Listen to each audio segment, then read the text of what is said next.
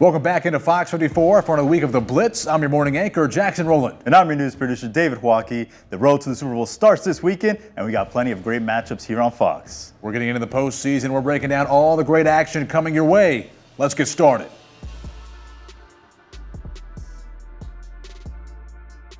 All right, first up, David, is the NFC wildcard game coming up on Saturday, and the Panthers, now divisional champions, taking on the Rams, and they won that division in quite an interesting fashion, but these teams have seen each other before. Yes, absolutely. If it wasn't for your Falcons getting it done against the Saints, they might not have been division champions. If you can't make the playoffs, we'll spoil somebody else's. Exactly, and why not do it against the Bucs, who have had your number a couple of the years. Some would say. Yeah, but funny enough, we have seen this matchup already this season. Panthers surprisingly getting a win, 31-28, a field goal. What was key in that game was turnovers. Matt Stafford turned the ball over 3 times, and I think that's what the Panthers are going to have to do this Saturday. Yeah, when it comes to big playoff games, you look at turnovers and special teams. Carolina's going up against one of the best offenses in the NFL, but their defense is what won them the game in this last matchup. You mentioned the 3 turnovers they forced against Stafford. That really was the key. This offense is going to score. You're really looking at damage control, mitigation, and I think if the run game of Rico Dowdle can get going for Carolina, that opens up a lot for them. Increases time of possession. It helps out Bryce Young. It keeps this offense off the field. And if the defense looks anything like last time, they've got a real shot. Oh, they absolutely do. Now, the key thing is going to be they are getting back to Devontae Adams. That's healthy. He's been out a couple weeks with an injury, but they're getting him. And I feel like Puka Nacua these last couple weeks has just been on a tear. One game with over 200 yards, several touchdowns. Matt Stafford, his last game of the season, had 4 touchdowns. So they are definitely going to have to get to Stafford and hopefully force some turnovers, get some short field. And we know that the Panthers can capitalize on that short field. Yeah, and that really is the key. You mentioned it, getting to Stafford, QB pressure, getting in the backfield, causing some hurries, shaking up their scheme, because if you let this offense work like they have all season, and personally I think they got an MVP candidate running the show, they are going to score at will. But the Panthers shown last time they can handle that. Yes, they are able to handle most teams, it looks like, this season. They've kept them close. Then there's only been a couple blowouts here and there. But for the most part, all these teams, the Packers, the Rams, they've been close. Even the Seahawks game, they were close towards the end. They are not favored in this game. It's a 10-point favorite for the Rams. What are you thinking? Well, I think 10 points, if we're looking at it on paper, I agree with that. You look at what the Rams offense is doing all year, it looks great. If you go off this previous matchup, though, Panthers only win by a field goal. It's going to come down to a big moment on special teams, a big turnover. I think this game is closer than 10 points, and I think it comes down to something unexpected. We'll have to watch and see. Yeah, I'm going to say I'm agreeing with you there on that one. They are at home, so I think they're going to have that home field advantage. I think Stafford is going to come out really hot, but I'm trusting this Panthers defense to keep them in the game.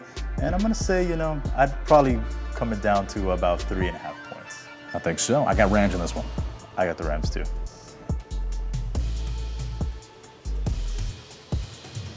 All right, Jackson, now it's time for our second game that you can catch here on Sunday. It's a matchup of the 2 last NFC Conference champions, the Philadelphia Eagles, Super Bowl winners of last year, and then the San Francisco 49ers. What are you thinking? Yeah, we got the defending Super Bowl champs, but they haven't looked like it all season. We've seen some liabilities, specifically with quarterback play, which I would never have guessed at the beginning of the season from Jalen Hurts, but he has seemed to struggle, but kind of regaining some of his footing recently, but still looks shaky. I mean, just a few weeks ago, what is it, 4 turnovers in that game, and costing his team. His stats much lower this year than years past, but luckily he's got some help on the offensive end. Now, you look at the 49ers with George Kittle questionable, but still have McCaffrey, both leading in rushing and receiving yards. Brock Purdy is, fully healthy, playing like Brock Purdy.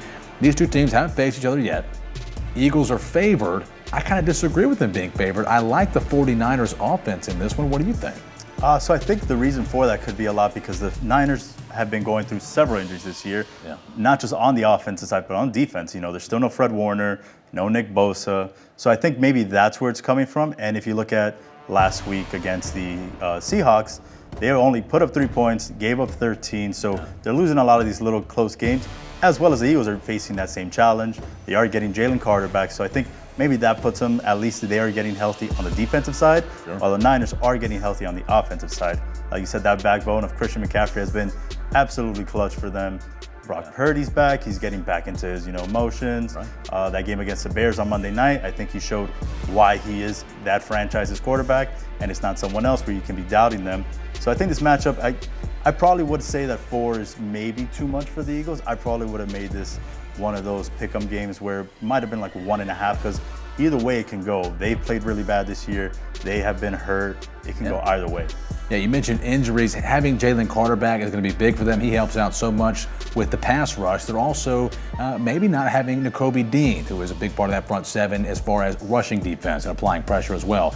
So that that can help them a lot in getting into the backfield, limiting McCaffrey, and maybe causing some hurries for Brock Purdy. But I like where this 49ers offense is. I think they're steady. I think they don't make as many mistakes. And when you get in a big game like this, I like the 49ers here, David. Okay. Can't blame you on that one. Me, on the other hand, I think the key person in this game for the Eagles is going to be Saquon Barkley.